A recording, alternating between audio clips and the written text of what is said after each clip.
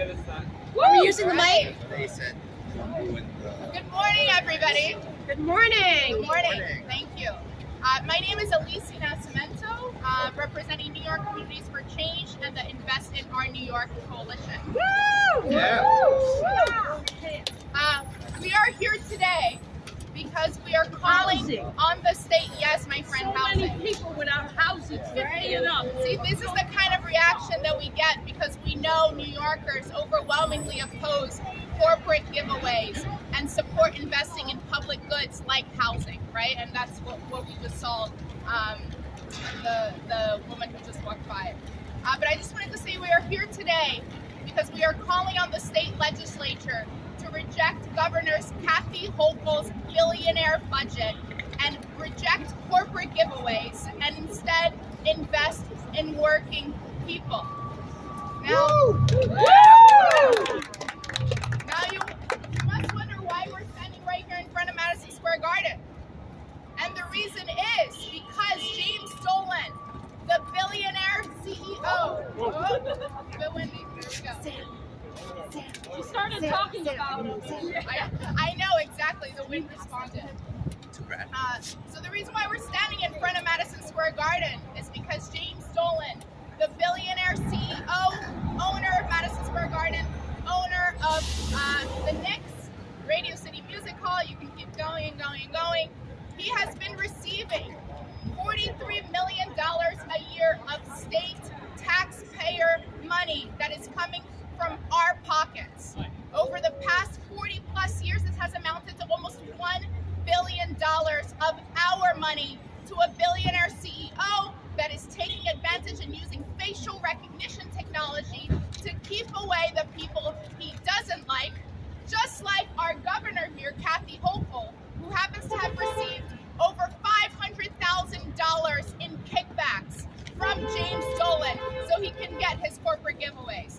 So just like he's keeping his enemies from Madison Square Garden, Governor Kathy Hochul is keeping out working class people from her billionaire budget. But, my friends, the governor is not just handing out tax breaks and giveaways to billionaires. In her latest budget, she is also expecting working class people to shoulder the costs of our state. So how is she choosing to raise revenue? She's choosing to hike up tuition for CUNY and SUNY. She's choosing to hike up fares and the subway.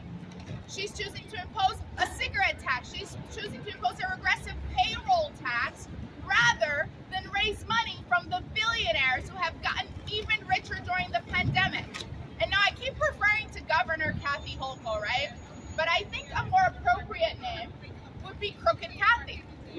Because Crooked Kathy and her corporate consultants that's right, are that's serving. right. That's right, my friend. You hear that? And it's resonating with New Yorkers everywhere. Crooked Kathy and her corporate consultants are giving giveaways to billionaires like James Dolan, and we are here to say that enough is enough. Woo! That we have a physical representation of what this looks like. I'm gonna go around here, and I want to call out where are my working class people? Could I get a tenant? What happens in Hochul's billionaire budget The left and the right is when an asthma patient tries to go through? Charles, what's happening? What are we doing here? No, not even the asthma patient is getting through, folks. How about a tenant? What's happening with the governor's budget? No, Governor Hochul has not taken the needs of tenants into account and has prioritized real estate developers and luxury subsidies. Now what happens with an immigrant? No, not even immigrants are getting through. She has excluded the unemployment bridge program that would provide a social safety net for excluded workers and coverage for all that would give health care to everyone regardless of immigration status. Now what happens with the minimum wage worker? Man, not even the minimum wage worker is getting through, folks. They're trying to increase the minimum wage. The governor's proposal is not nearly enough. And with the cost of living crisis, we need to index it to inflation and also worker productivity, but the governor is not doing that. Now, what happens with a home care worker? messages are getting through, in spite of the lip service paid to the importance of their service. Now, an unhoused New Yorker. Unhoused New Yorkers are also getting ID'd, unfortunately. There's nothing about providing immediate housing to the thousands of homeless folks in New York City and state. Now, what happens when our friend, billionaire owner of Madison Square Garden, James Dolan, attempts to get through Governor Hochul's budget? Billionaires enter here. Boo! That's right, you're hearing from the crowd. Yeah. So, anyway, I wanted to start. We have a esteemed lineup of speakers, and I wanted to invite Jawanza Williams, Director of Organizing for Local New York, who represented our unhoused New Yorkers. Jawanza. Thank you so much, Elise. Again, my name is Jawanza. I use he, him pronouns. I'm Director of Organizing at Vocal New York. Vocal New York is a statewide grassroots membership organization working at the crises, in the intersecting crises of homelessness, mass incarceration and drug war, and the AIDS crisis across New York State. But today I want to talk specifically about our economy, about our democracy, and the condition of hundreds of thousands of people across our state who every single night face the risk of eviction.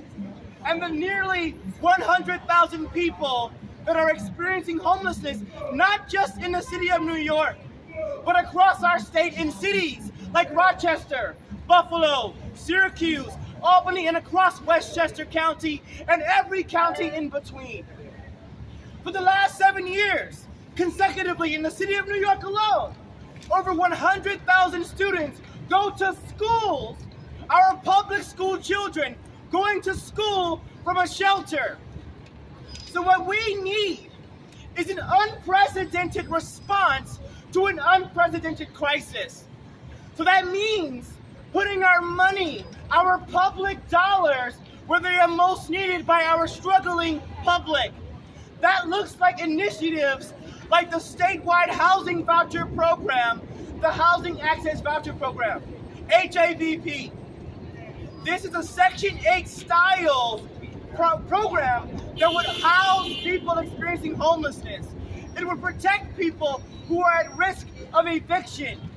It would protect people who are undocumented and unable to access critical social and economic systems of support, of care. And yes, to be clear, this is an investment. So you ask, where will this money come from? Well, you know what? It comes from billionaires. It comes from the corporations that each and every single one of us, 20 million working class New Yorkers, uplift. It is because of our work, our innovation, that these corporations are able to produce mass profits. So what we are asking for is a commonsensical purpose of paying what they owe us, paying us back for what we contribute to them. And we're not just saying give us direct payments. We're saying let's build the loving, caring infrastructure that this state represents and that this state needs. So what I want to see in this budget, what we need to see in this budget is corporate taxes. That's right. We don't want the corporations getting paybacks from us. We want to see that money going into our people. And that looks like funding the Housing Access Voucher Program fully in our state. So with that, thank you so much. In the name of all workers. Thank you so much, Jawanza. What an amazing pivot now. Since Jawanza talked about the need for raising corporate taxes, we have with us Senator Brad Boylman-Siegel, who is the lead sponsor in the Senate of the corporate. Thank you very much. Thank you. Thank you to my colleagues and local community board members. Thank you to the New York Meetings for Change and the Invest in Our New York campaign, which is so important because we are in the middle of negotiating the state budget, $227 billion. But what we see in this budget is very disconcerting because we see attempts to raise tuition on CUNY and SUNY students We see attempts to raise fares on strap hangers. But we don't see attempts to increase taxes on those who have the most ability to pay, the very rich in our city. That's right. And Exhibit A behind me is Madison Square Garden. Madison Square Garden benefits from an annual property tax exemption of $43 million. $43 million that New York State and New York City leaves on the table. $43 million that could be used to support our mass transit, which is on the brink of fiscal disaster, instead of raising fares. $43 million that could be used to invest in our public housing, which is on the brink of fiscal disaster. $43 million annually that could be used to supplement tuition for working class kids and their families. But instead, James Dolan is laughing all the way to the bank. James Dolan benefits from one of the most glaring examples of corporate welfare in our nation. We have here the largest train station in the Western Hemisphere. James Dolan benefits from all of those fans who are able to enter the subway and enter into his arena. He needs to pay his fair share of property taxes. Am I right about that? That's right. Yeah. It is time we end corporate welfare. It is time James Dolan pays his fair share. It is time that the city and the state recognize that working class New Yorkers need a leg up, not James Dolan. Let's end that property tax abatement. Let's increase corporate taxes in the state of New York. If we did that, we'd have an additional $2 billion in our state budget. So we are advocating for the very basic principle, which is those who pay should contribute to the well-being of this city, and the people who pay should be those who are most able to do so. The millionaires and the billionaires, the corporate titans, those who benefit from New York's infrastructure. So let's end the property tax abatement. Let's make James Dolan pay his fair share. Let's make certain that working class New Yorkers get the support in this state budget that they need. Thank you very much. Thank you, Senator Roman Siegel. And now I would like to call up Amshulet Jaipur from the Alliance for Quality Education. Woo-hoo! Morning, everyone. Hope y'all can hear me.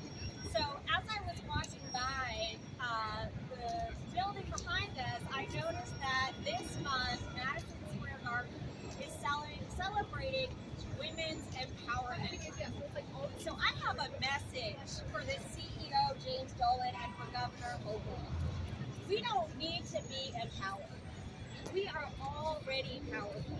And I'm speaking especially for my Black and brown women.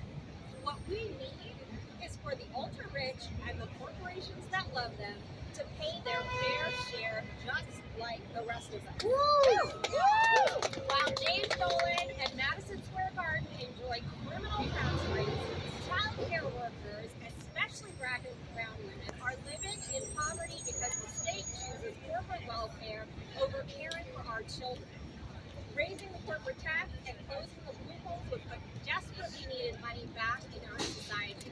A $1 investment in the entire New York State child care workforce, just half of a single person, James Dolan's entire wealth, would keep provider stores open and keep educators out of poverty. This country has a long history of forcing Black women in particular from the time of slavery to care for other people's children for nothing. When we see that 97% of the workforce earns more than child care workers, it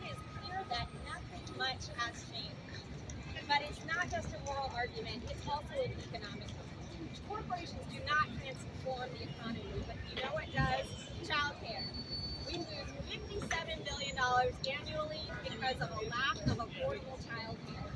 Just $1 for every $1 we invest in childcare, we get $13 back. I would challenge any corporation and any billionaire to show me those kinds of results. So I'll say it again: women don't need to be empowered. We need to be paid, and we need wealthy to pay their fair share. It's not about empowerment. It's about basic economics and basic justice. Thank you all. Next up, I'd like to invite Council Member Eric Botcher. All the activists who came out today, and I want to thank Senator Brad Hoylman for bringing us here today again. You've shown tremendous leadership on this issue and the fight against what Dolan's doing with facial recognition technology, which is unconscionable. The tax abatement that Dolan gets here never made sense. $42 million a year. It never made sense. Especially doesn't make sense now. We had the most homeless New Yorkers since the Great Depression. Today, 100,000 students are going to school who are housing unstable, like couch surfing, living in the shelters, or living in transitional housing. And like Juwanda said, when we think about homelessness, we sometimes think about New York City. Across New York State, there's a homelessness epidemic.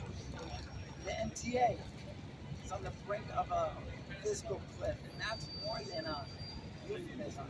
The fiscal cliff. The MTA is in serious trouble. We need to raise hundreds of millions of dollars for the MTA. Meanwhile, we've got Jim Dolan here getting a $43 million break on his property taxes. That's not right. That's not right. I think we're going to change it. We're going to change it in this legislative session with the leadership of Senator Hoylman and our state lawmakers and all these activists. I think we're going to get changed this session. No more tax breaks for Jim Dolan. I'm going to do a little bit of chat. Tax the rich, fund our schools. Are you ready?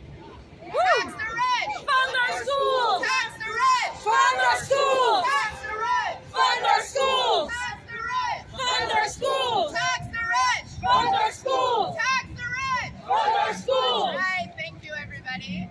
Next up, I'd like to welcome Layla Logosity. Did it right. Right.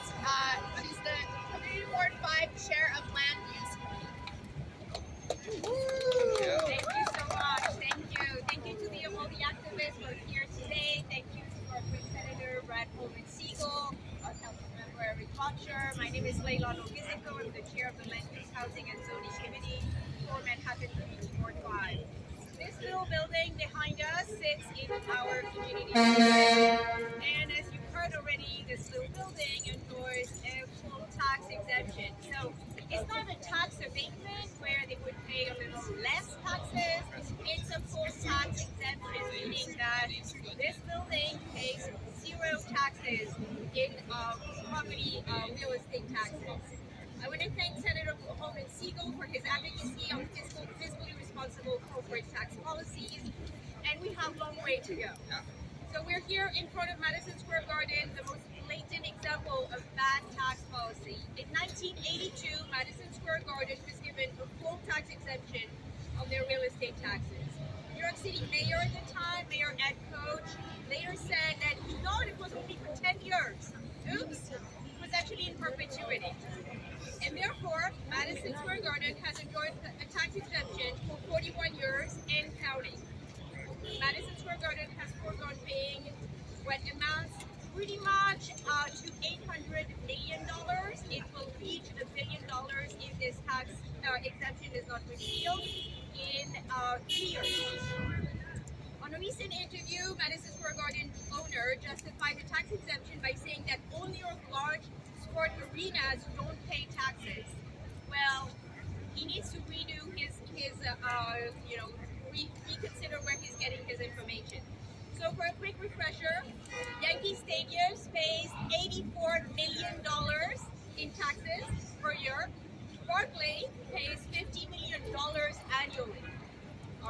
So the other venues do pay taxes. The fact that Madison Square Garden is entirely exempt is one of those aberrations, and that must be addressed immediately. The state is engaged in figuring out how to fund the much-needed Penn Station upgrades, on which they have to put a $7 billion price tag, and above which Madison Square Garden crouches. You'd think that they would have considered repealing the tax exemption. The state would issue bonds against the tax revenue for Penn Station. Instead, the state is pushing for a plan that is laden with more corporate welfare and massive tax abatements for towers that will likely never generate the necessary funding. Committee 1 is on record since 2013 advocating for the repeal of Madison Square Garden tax exemption. Corporate welfare does not work. It does not create jobs. It does not create economic growth. What does? Education, childcare. This is economic development, not tax breaks or corporate welfare. The city, especially Midtown, has a vibrant economy. Madison Square Garden is a publicly traded company with a published $1.4 billion revenue in 2020. I repeat, $1.4 billion with a B. It is a company that has access to capital through markets. Let market forces play out. They do not need a tax exemption. They should play by the same rules as any other corporation. Have you noticed how corporations are quick to ask for corporate welfare? They even demand it. If we don't get a tax break, we're not going to be able to survive. Well, guess what? They're very prosperous, and they can pay more in taxes. They love to mutualize the risk, but they never want to mutualize the profits. Cannot go this way. Those profits they guard jealously. It is time for New York to level the playing field. Whether real estate taxes or corporate taxes, corporations must pay their fair share. I applaud Senator Holman Segal for introducing Bill S-1980 that would make permanent and strengthen the state's existing corporate tax reforms. Thank you. Thank you. And as Layla was saying, James Dolan is expecting special treatment even within other corporations and other stadiums and venues that do pay property taxes. And why is that? I do think that the fact that him and also executives from Madison Square Garden, like I said, have given over $500,000 in kickbacks to our governor, Cook and Kathy Hochul. So I just wanted to hammer that home because there is a reason why if the governor is getting kickbacks, we're going to be seeing this type of corporate giveaway. And now, to close us out, I would like to welcome a PhD economist because we know, like our previous speaker said, this is also, corporate giveaways are bad for the economy. I'd like to welcome Emily Eisner, who is also a member of the Democratic Socialists of America. Hi everyone. As Lisa just said, I'm Emily Eisner. My credentials maybe matter, maybe don't, but anyway, I have a PhD in economics. So today I want to talk about some of the numbers. First of all, New York is the most unequal state in this country. It has the second highest rate of unhoused people in this country, and at the same time has the largest concentration of millionaires and billionaires in the country. I love this sign. It just says it all. We have a slate of tax proposals that could, if we implemented them, solve so many of our problems. We could create affordable housing, we could improve our education system dramatically, we could improve our public safety, our public transportation, the environment, have a just transition. And the only thing that's getting in our way is politicians who are not taking this shit seriously. The state of this state is bad for basically everyone. I was watching my friends and colleagues do this demonstration. I'm an individual with pretty immense economic privilege, but with a complicated health background. My immunologist says I'm a challenging woman, which I want to put on my resume. But so someone like me who has a lot of privilege is actually being crushed right now by medical bills and struggling with the insurance system that I'm working with. So the situation that we're in is only good for basically the 1,000 people at the very top of our economic distribution, and bad for basically everyone else. It's honestly a joke that they're playing on us, and it's time that we take it back. I want to give you some numbers about, we already talked about the corporate tax, but capital gains. Capital gains, we could raise $12 billion, $12.5 billion this year by raising taxes on just the top 1% of earners. Top 1% of earners in New York State makes on average $3.5 million a year. So we're talking about raising taxes by a couple of percentage points on people who are making $3.5 million a year, and thus raising our revenue in the state by 10%. We could do so much with that money and affect so few people by so little. Same thing with the progressive income tax proposal. We could raise $20 billion of new revenue by making a more progressive income tax system in New York State, and I believe $13 billion of that new revenue would come directly from people making over $10 million a year in income. So we're putting out proposals here that would dramatically improve the lives of all New Yorkers, even the wealthy, and would only affect, the very few at the top who currently, as we've already talked about today, are hoarding wealth, getting kickbacks, and making things worse for the rest of us. So it's a pleasure and privilege to be here with all of you, and I'm excited to take back our state. House support. Tax the rich. House support. Tax the rich. House support. Tax the rich. House support. Tax the rich. Educate the poor. Tax the rich. Educate the poor. Tax the rich. Educate the poor. Tax the rich. Tax the rich. Can't hear you.